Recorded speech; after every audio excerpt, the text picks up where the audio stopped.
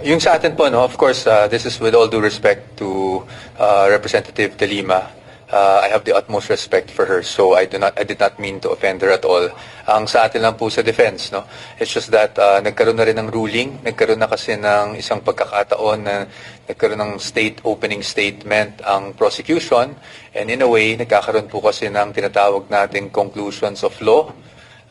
Kumbaga, nailalahat na doon yung mga paratang nila at nabibigyan na ng konklusyon na may maling nagawa ang ating Vice Presidente. Attorney, ilang beses po kayong nag-object during the opening statement of Representative Leila De Lima. Can you explain, sir, yung objection natin at paano po ito nakaka-apekto yung mga ganitong klaseng statement sa pagiging patas po ng impeachment trial? Opo. Yung sa atin po, no, of course, this is with all due respect to Representative De Lima. I have the utmost respect for her, so I did not mean to offend her at all. Ang sa atin lang po sa defense, no, it's just that nagkaroon na rin ng ruling, nagkaroon na kasi ng isang pagkakataon na nagkaroon ng opening statement ang prosecution, and in a way, nagkakaroon po kasi ng tinatawag nating conclusions of law.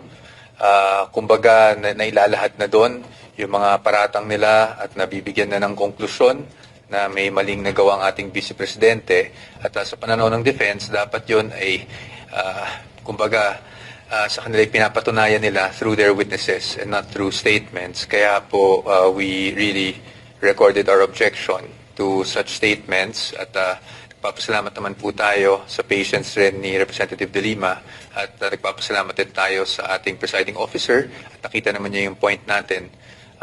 Actually, ayoko po sanang mag-interject in the middle of her speaking kasi it's quite disrespectful naman talaga to do that. So I was really trying not to, except that ang magiging problema kasi natin, katulad noon, is pag nasa record na, kahit na pa-strike off natin yan, narinig na po ng ating mga kababayan, at baka po makondisyon kasi yung mind sa mga kababayan natin, lalong-lalo na hindi pa po tayo naglalabas ng ebidensya ukol dito, kahit yung prosecution, at that time wala pong nilalabas na ebidensya, at lalong-lalo na dahil ang depensa ay hindi pa rin naglalabas ng aming ebidensya. So yun lang naman po iniiwasan natin. But I have to say that, again, I'd like to pay my utmost respect for Representative De Lima for being patient also with the objections that I recorded earlier.